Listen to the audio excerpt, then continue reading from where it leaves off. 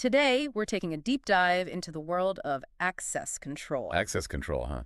Sounds kind of dry, but Well, yeah, if you're thinking old school keycards and clunky passwords, who can blame ya? exactly. But trust me, this is way more exciting than it sounds. We're talking about the future of security, how tech is changing, how we get into, well, everything. And it's not just about high-tech fortresses either. This stuff affects all of us. How we work, live, even park our cars. Okay, so paint the picture for us. Where do we even start with this? Well, a lot of this technology, believe it or not, is already here. You probably use it every day without even realizing it. Really? Like what? Think about it, using your smartphone as a key. For your hotel room, maybe. Oh, yeah. Actually, I do that all the time for my gym locker. It's so much easier than carrying around a separate key. But I never thought of that as access control. Well, it is. And it's becoming super common for businesses to use this technology for their buildings, too. So no more fumbling with those little key cards. Sign me up. Right.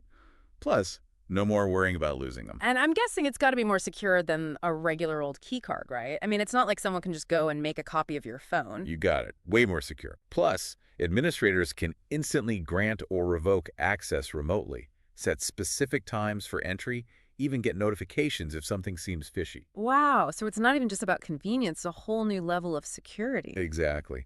And this all kind of goes hand in hand with another big thing we're seeing, biometrics. Okay, you're talking about fingerprint scanners, all that. That's just the tip of the iceberg. We're moving into this whole new world of multimodal biometrics.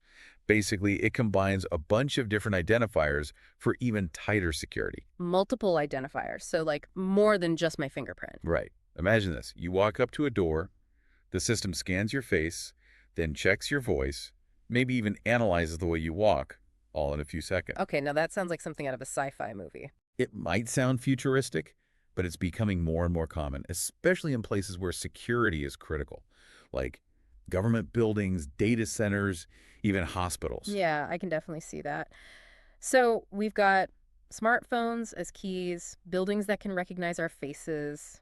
Anything else we should be bracing ourselves for? Oh, speaking of sci-fi movies, buckle up, because AI is about to enter the scene. AI, artificial intelligence. Wait, how does that even work with access control? So picture this. You got this AI system, and it's constantly watching all the access logs, right? It's looking for any patterns, anything that looks out of place. Okay. So let's say it notices one employee keeps trying to get into a restricted area, Yeah. but always outside of their normal work hours. That's going to raise a red flag for the AI. I see, yeah. And then boom, it can trigger an alert so security can check it out before something bad actually happens. So it's like having this incredibly observant security guard who never sleeps and remembers absolutely everything. Exactly. Plus, the AI is constantly learning, getting better at spotting these things over time. Makes it really powerful for stopping security breaches before they even start.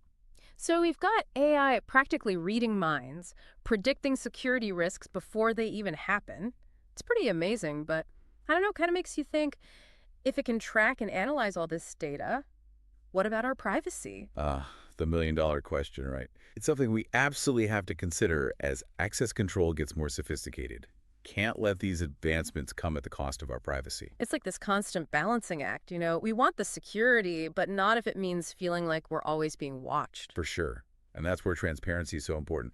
Companies have got to be upfront about what data they're collecting, how they're using it, and how they're keeping it safe. Exactly. And it's not just about companies, right? We have to think about hackers, too. I mean, anything connected to the internet is vulnerable, right? Absolutely. The more interconnected these systems get, the bigger the target they become.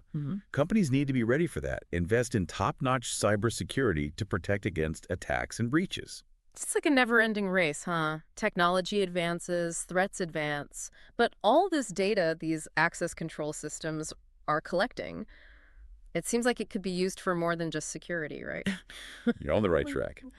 This is where things get really interesting. Think about optimization, for example. Imagine a company that can use this data to see how people move through their office. Okay, and what do they do with that information? Well, they can see which areas are being underutilized, which meeting rooms are always booked solid. So instead of just controlling who goes where, they're using the data to make the entire workspace work better. Precisely. They can design more efficient layouts, make the best use of their resources, even reduce their energy use. Wow, so we're talking about buildings that are actually getting smarter, more in tune with how people are using them. That's the idea behind smart buildings. Buildings that can automatically adjust lighting and temperature based on who's around, optimize energy use, even tailor workspaces to individual preferences. It all sounds so futuristic, but it's happening right now. It's pretty mind-blowing. But with all this talk about data and automation, what about the human side of things?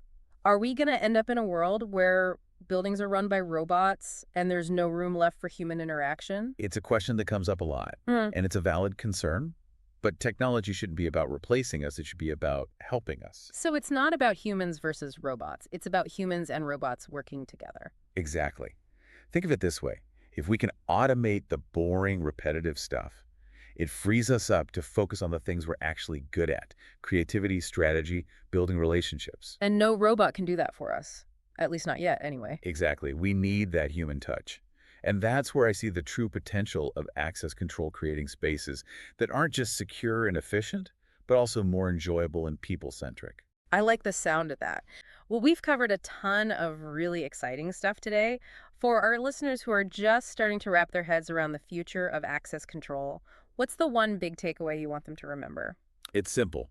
Access control isn't just about keeping people out anymore. It's about creating these smart, responsive spaces. Spaces that are more secure, more efficient, and yeah, more enjoyable for everyone. Could have said it better myself.